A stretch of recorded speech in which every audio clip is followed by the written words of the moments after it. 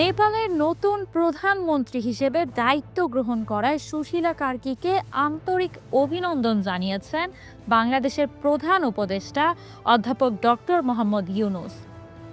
আজ এক অভিনন্দন বার্তায় তিনি এই শুভেচ্ছা জানান।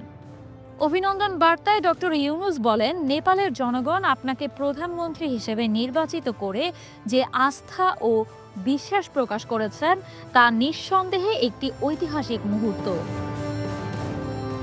তিনি বাংলাদেশের সরকার ও জনগণের পক্ষ থেকে পাশাপাশি ব্যক্তিগতভাবেও নেপালের প্রতি আন্তরিক শুভেচ্ছা ও শুভকামনা জানান। ডক্টর ইউনূস আশা প্রকাশ করেন, সুশীলা কার্কির নেতৃত্বে নেপাল শান্তি, উন্নয়ন ও রাজনৈতিক স্থিতিশীলতার পথে এগিয়ে যাবে।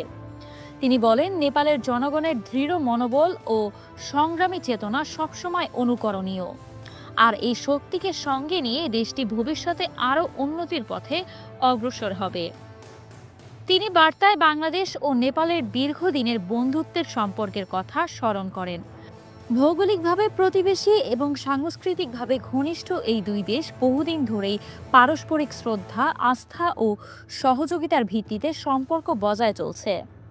জলবায়ু পরিবর্তন, আঞ্চলিক বাণিজ্য, জ্বালানি নিরাপত্তা ও টেকসই উন্নয়নের মতো গুরুত্বপূর্ণ খাতে এই সহযোগিতা আরও জোরদার হবে বলেও বাংলাদেশ দৃঢ়ভাবে তা বিশ্বাস করছে। সম্প্রতি নেপালে রাজনৈতিক অস্থিরতা ও সহিংসতার ঘটনায় প্রাণহানিতে গভীর শোক প্রকাশ করেন ডক্টর ইউনূস।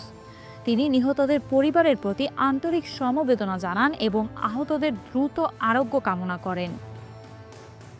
তিনি বলেন, রাজনৈতিক রূপান্তরের এই যাত্রায় নেপালের জনগণ যে ত্যাগ স্বীকার করেছে তা ইতিহাসে চিরস্মরণীয় হয়ে থাকবে।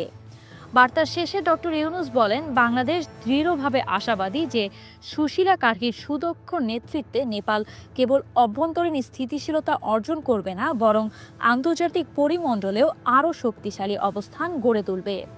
তিনি প্রধানমন্ত্রী কার্কির ব্যক্তিগত সুস্বাস্থ্য ও সফলতা কামনা করেন এবং নেপালের জনগণের শান্তি, অগ্রগতি ও সমৃদ্ধি কামনা করেন।